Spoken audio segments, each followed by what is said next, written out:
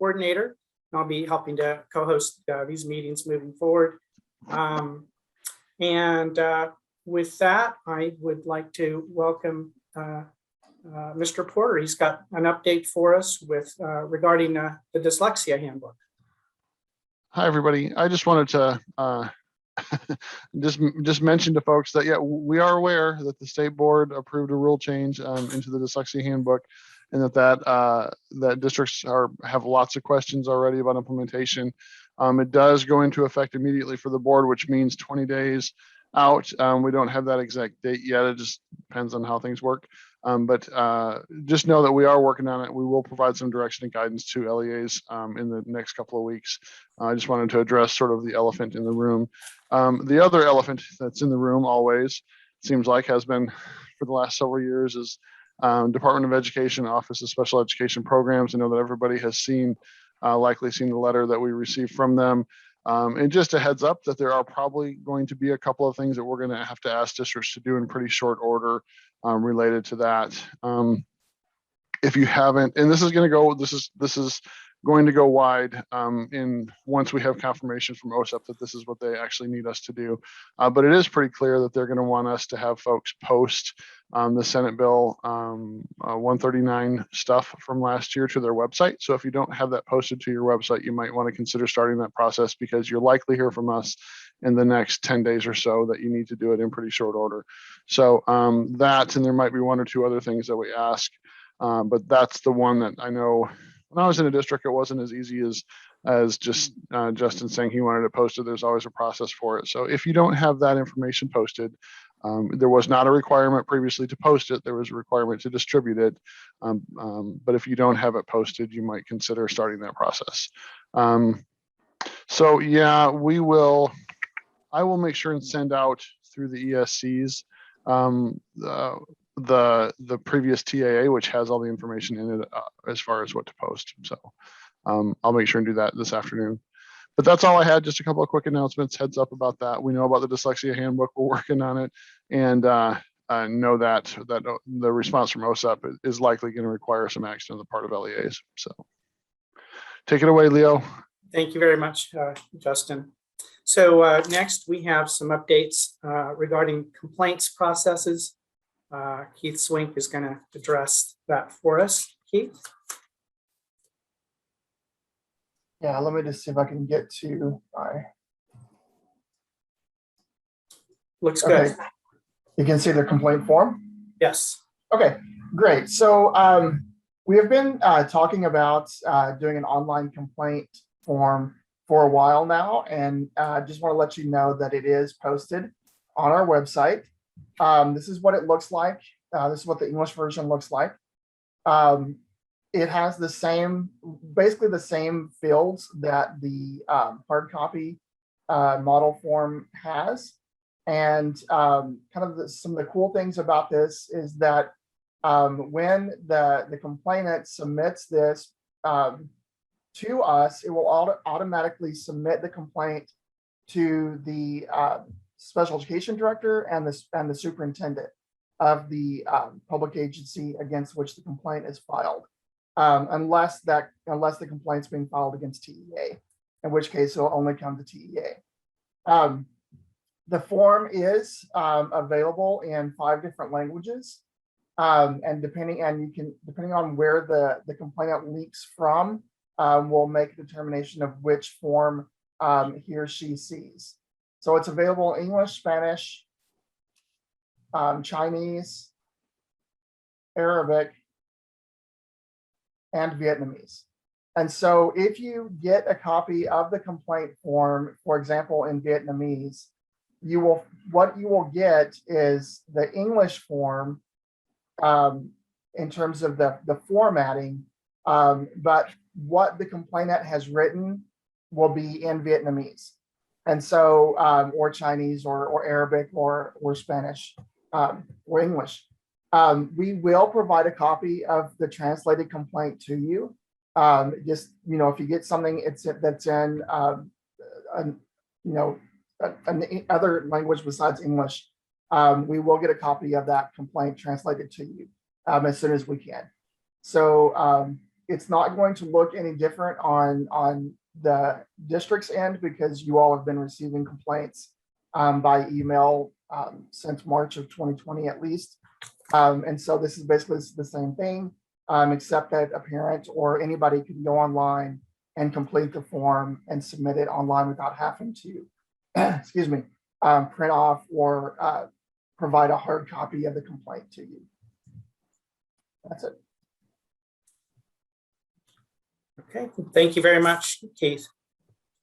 And so next on the agenda, we have Michelle Salinas, who's going to talk about non-public residential updates.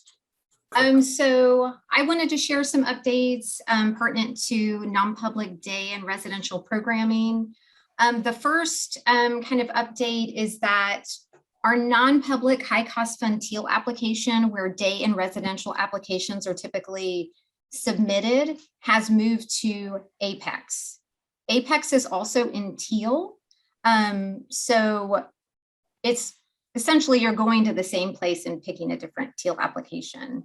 And that application did open 9/1 and it is already accepting day and residential applications.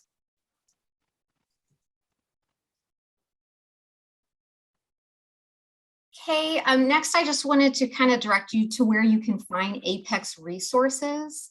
If you navigate to our non-public webpage, which I'm going to try and navigate to here for you, see if it'll pull it up just so you can see what it looks like in real time. Okay, so if you come to our non-public webpage, which is hyperlinked in this presentation that I'm going over and that I can share as a PDF after, you're going to just come down here to the Apex application in teal, and it has a user manual here for you, as well as a couple videos. The first one is how to request Apex, and the second one is an overview of Apex. It just goes over the new application, how to navigate the application, and also how to add a student.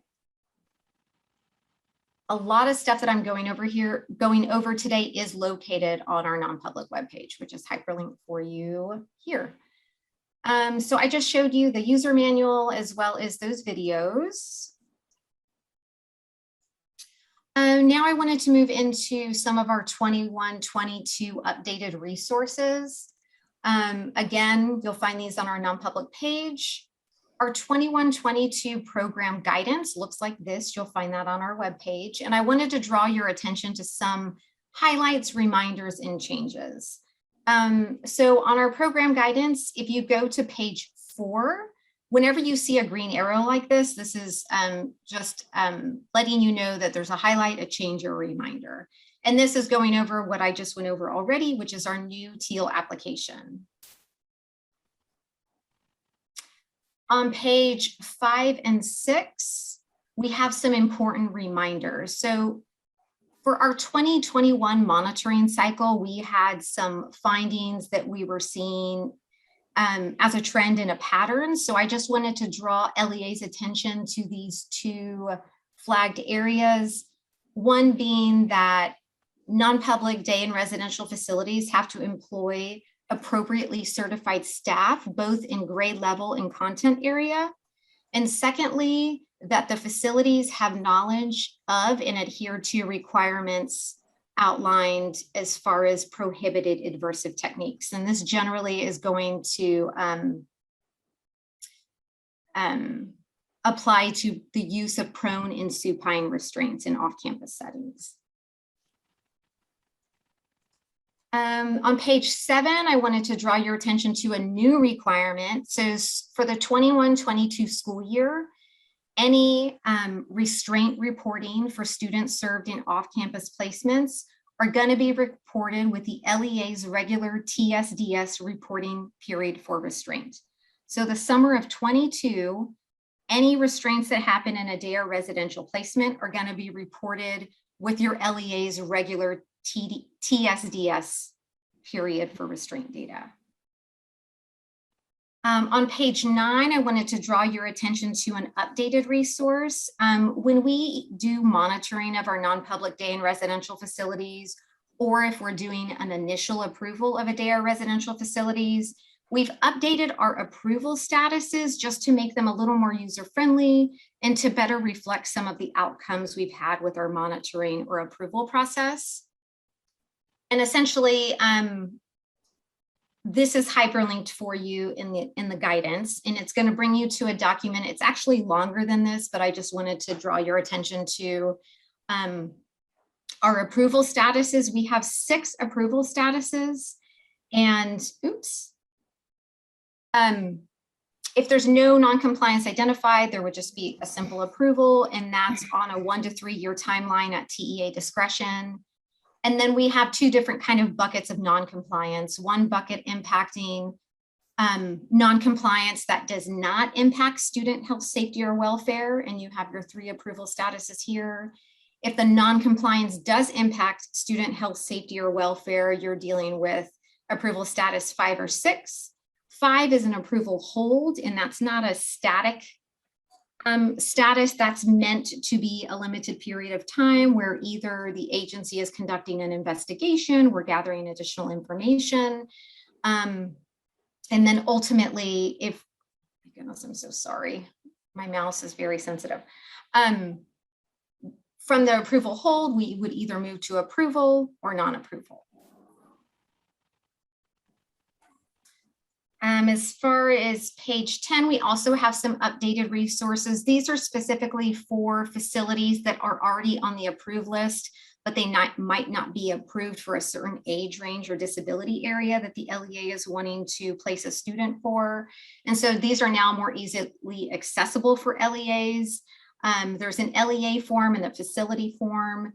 Those are filled out and emailed to us, and then we would take whatever steps we need to look at those additional approval areas. This is just letting you know that one of our most commonly used documents we've updated. So we took 2 documents and made it 1. Essentially, we had an initial visit document that LEAs would use if they were going to place a student, a new placement for a student at a day or residential facility. And then we had a second document for annual visits. So after the student's already placed, when the LE makes their annual visits, they had a second form they would fill out.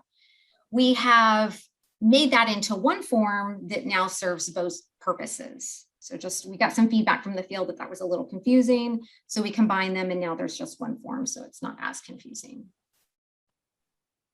As far as 21-22 non-public application updates, that's hyperlinked for you right here. It's also found on our webpage, but this resource will have application open and close dates for day and residential. It has the reminder that we've changed to Apex.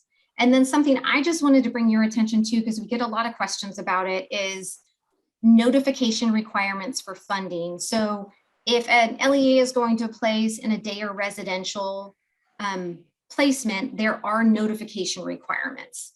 And that's typically 30 days from the date of placement.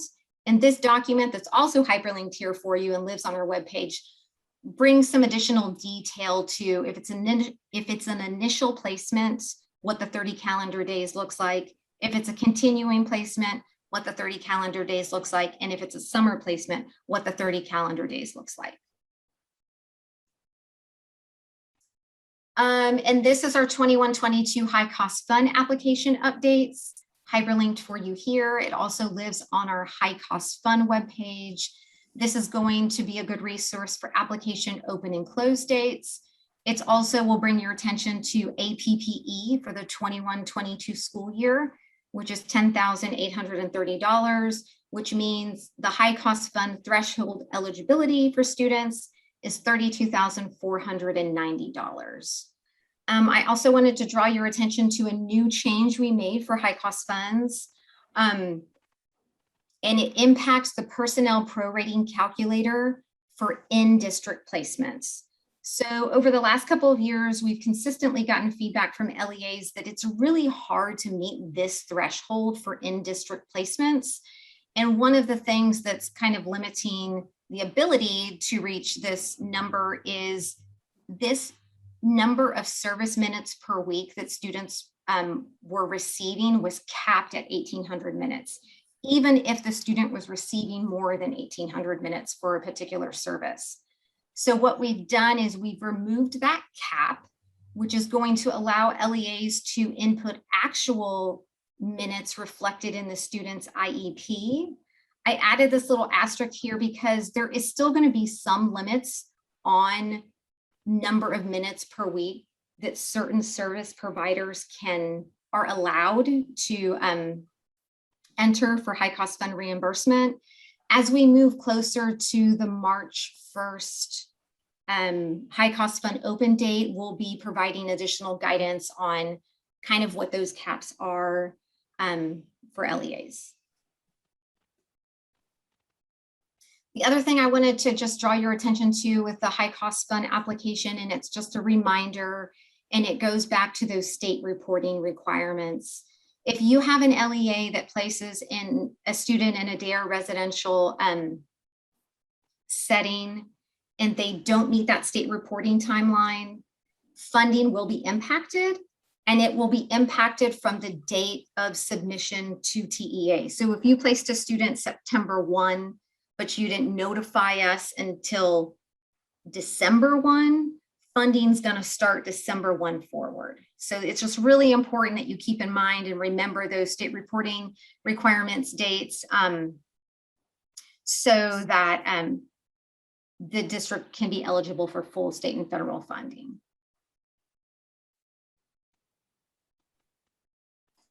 And that's all I have. So Michelle, you had one question. Okay. So one question I wasn't able to answer in chat. So the question is, when will the sample restraint form be updated with the required questions? The sample restraint form. Can the person give some additional? Okay. I didn't go, I don't think I went over a restraint form. So, and then the other question we received just now is, what if you placed a student in an off-campus non-public placement after the high cost fund grant closes? So I guess they're asking what would happen if you placed a kid in June after high cost fund closes? Right. You wouldn't be eligible for high cost funds essentially. Generally what we've seen with those types of placements, especially like a placement in June, you wouldn't meet the high cost fund threshold. Anyway, there's some calculations that go on with the district's 25% set aside for specifically a residential placement. And it's a complicated formula, but what we have found is that generally placements after that date, specifically for residential, don't meet the threshold when you take formula costs and expenditures into account. So yeah, just to add to that, so the our high cost fund window opens in the late spring.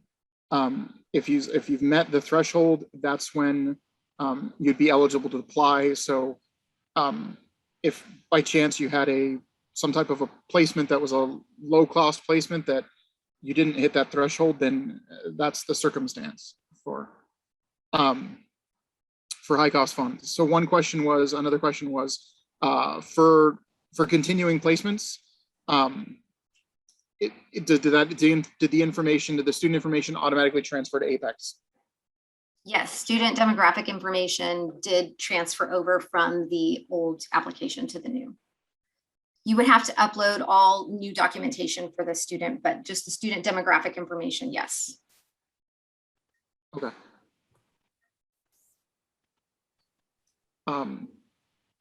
Okay. And then I don't see any other questions. So the only other thing we needed to, oh, there's another question. So the question is specific to high cost funds. So to be clear, the 25% set aside is for a residential placement. It is not for an off-campus placement that is not residential. So the 25% set aside is for residential placement. So high cost funds are available for any high need placement, not even off campus. We have districts that submit high cost fund application for in-district programs. High cost fund is a fixed pot of money that is based on our IDEA B federal allotment. And if the need on an annual basis, if the need exceeds the total amount we have, it is then prorated based on LRE. So kids that are in the highest levels of LRE, we fund those placements higher. And then the only recoverable costs from high cost fund related to residential is potential recovery of that 25% set aside. So I hope that helps. Regarding non-public residential and funding with non-public residential, I will drop the link in the chat of where the to the administrator letters go, or to the administrator addressed letters go in the correspondence. We expect one to go out today specific to that. If you weren't aware, the White House Office of Budget Management made a change that federal funds can no longer be used for pre-award. So we can no longer pre-award anything with federal funds. So with non-public residentials, that was a grant. And if an LEA made a placement in July, but didn't apply until September, in accordance with our rules, we could approve the application and fund it all the way back to July. We can no longer do that because we no longer are allowed to use pre-award. So we requested an exemption from USDE. Our grants administrator did so almost immediately, and USDE has not responded to that request. So we have no other choice but to look at a different model for funding. So we are going to look at a reimbursement model. So with non-public residential, everything else will remain the same. The application timelines will remain the same, the process to apply, but instead of it being districts receiving a grant that they draw down funding, we will wait until probably June or July, and we'll obviously provide more information when this comes out. And when we build the system that we're going to have to spin up really quickly, we will then do a reimbursement. So LEAs will be responsible for the placements and making the placements just like they are. And then at the end of the calendar year, we will do a reimbursement. We know that this is a significant change for LEAs. We are working with our finance office to create a transition year so that it's not a big of a burden this first year for 21-22. So we're actually going to look at doing a reimbursement load around January of 21, so that districts don't have to, for this first year, figure out how to make it through the full year. Again, this was not something TEA did. This is not something TEA had any control over. Justin, am I correct in that it's all federal funds no longer allow pre-award? It's not just IDEA, it's all federal grant money, correct? Yeah, we're no longer allowed to do pre-award. That has really caused us some issues too, with as far as how we've operated, and they didn't give us any warning about it either.